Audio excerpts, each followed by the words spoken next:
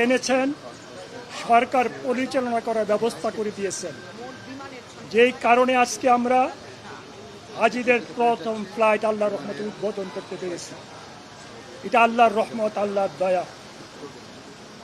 বিমান, বাংলাদেশ বিমান, পর্যটন মন্ত্রণালয় এবং ধর্ম মন্ত্রণালয় একসাথে হয়ে যে কাজ করেছে হাজিদের জন্যে, আমি অভিভূত, আমি কৃতজ্ঞ। বিমানের কর্মকর্তা কর্মচারীরা যে পরিশ্রম করেছেন, আমি অভিভূত। ধর্ম মন্ত্রণালয়ের কর্মকর্তা কর্মচারীরা যে পরিশ্রম করেছেন, আমি সবার কাছে কৃতজ্ঞ। আমাদের সাংবাদিক ভাইয়েরা যে দায়িত্ব পালন করেছেন, এই জন্যে আমি ওনাদের কাছেও কৃতজ্ঞ। আমি দেশবাসীর কাছে দোয়া চাই, আল্লাহ পাক যেন আমাদের হাজিদেরকে কবুল করে নেন, তাদের হজকে যেন আল্লাহ পাক কবুল করে নেন, তারা যেন সুন্দর সুষ্ঠুভাবে বাংলাদেশে ফিরে আসতে পারে। আর আমাদের স্বাস্থ্য মন্ত্রণালয় যে ভূমিকা রেখেছেন, মাননীয় মন্ত্রী মহোদয় আসছেন, আমরা তাদের কাছেও কৃতজ্ঞ। সবকিছুর মালিক তো আল্লাহ, আল্লাহ যা চান তাই হয়। আমাদেরকে আল্লাহর হুকুম অনুযায়ী চলতে হবে, ন্যায় নিষ্ঠার মধ্যে চলতে হবে, সততার মাধ্যমে চলতে হবে, তাহলে আমরা দেশে শান্তি আনতে পারব। বিশেষ করে আমাদের মাননীয় প্রধানমন্ত্রী তারেক রহমান সাহেব আজকে এই ফ্লাইটের উদ্বোধনী ঘোষণা করেছেন। উনি যে পরিশ্রম করেছেন, যেভাবে উনি হেঁটে হেঁটে প্লেনের এক প্রান্ত থেকে আরেক প্রান্ত পর্যন্ত গিয়েছেন, হাজি ক্যাম্পে গিয়ে হাজিদের সাথে কৌশল বিনিময় করেছেন, আমরা সবাই উনার কাছে কৃতজ্ঞ, আমরা ঋণী। আল্লাহ উনাকে নেখায়াত দান করুক, আল্লাহ উনার জিম্মাদার আল্লাহ পাক হয়ে যাক, উনার জান মাল ইজ্জতের হেফাজত আল্লাহ পাক করুক। আপনারা দোয়া করবেন। আপনাদেরকে ধন্যবাদ জানিয়ে আমি আবার বক্তব্য শেষ করছি।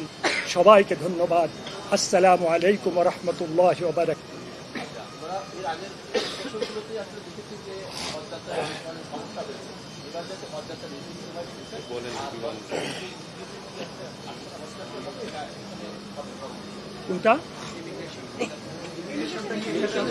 আমি আপনাদেরকে এতটুক কথা দিতে পারি, আমাদের মাননীয় প্রধানমন্ত্রী তারেক রহমান সাহেব আমাদেরকে কামলা হিসাবে নিয়োগ দিয়েছেন। হজের উন্নয়নের জন্য যা প্রয়োজন তাই করা হবে। কোনো অন্যায়, কোনো অনিয়ম সহ্য করা হবে না। আল্লাহ যদি মেহেরবানি করেন, আগামী হজ আপনাদের মুখ দিয়ে আপনারা বলবেন আগের চেয়ে অতি সুন্দর এবং ভালো হয়েছে, এটা আপনারা স্বীকার করবেন।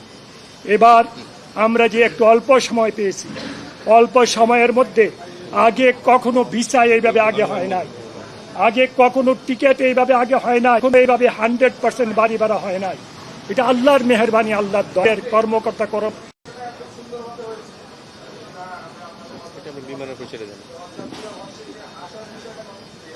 আমার বিশ্বাস, আমার বিমানের ভাইয়েরা বোনেরা যে অক্লান্ত পরিশ্রম করছে, সৌদি এয়ারলাইনের ভাইয়েরা বোনেরা যে পরিশ্রম করছে, আসার বিষয়টা অত্যন্ত সুন্দর হবে ইনশাআল্লাহ।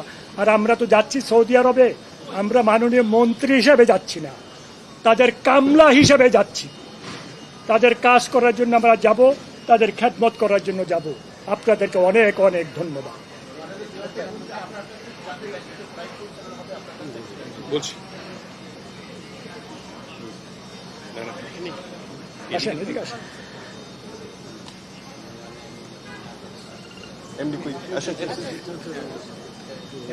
বিসমিল্লাহির রহমানির রহিম।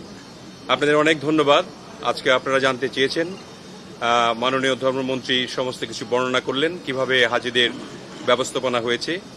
আমাদের এবার মাননীয় প্রধানমন্ত্রী তারেক রহমান সাহেবের নির্দেশে এবং তার নেতৃত্বে হজ যাত্রা যাতে সুন্দর সাবলীল হয় এবং এখানে যাতে কোনো ধরনের অনিয়ম না হয়, সেই ব্যাপারে তিনি একটি নির্দেশনা দিয়েছিলেন। সেই নির্দেশনা মোতাবেক আমাদের একজন প্রতিনিধিও পাঠানো হচ্ছে মাননীয় মন্ত্রীর সঙ্গে, একজন মাননীয় এমপি মহোদয়কে পাঠানো হচ্ছে, শামীম কায়সারকে।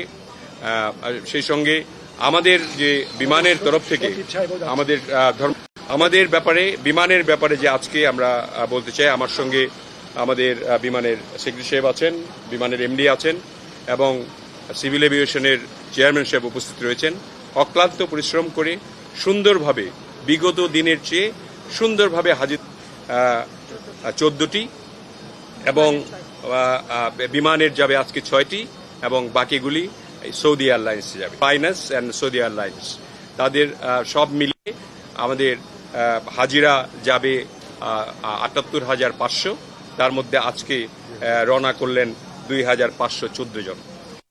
আমাদের গত বছরের তুলনায় আপনারা জেনে খুশি হবেন যে আমরা তো অল্প সময় পেয়েছি, সেই হিসাবেও বিমানের তরফ থেকে হাজি ক্যাম্পে যেমন ধর্ম মন্ত্রণালয় ব্যবস্থাপনার একটা সুব্যবস্থা করেছে, আমরাও আমাদের যথাসাধ্য চেষ্টা করে আমরা আপাতত এইবার ১২,০০০ টাকা টিকিটের দাম কমিয়েছি এবং আগামীবার আরও বেশি কমাবো বলে আমরা আশা রাখি।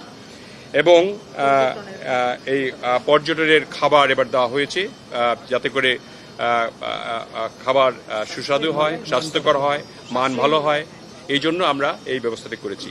আগামীবার হজ যাত্রা আরও সুন্দর হবে, সাবলীল হবে এবং হাজিরা আর এই বিগত দিনের মতো এই কষ্টে পড়বে না, এটা আমরা আশা রাখছি। আপনাদেরকে অনেক ধন্যবাদ। Any question?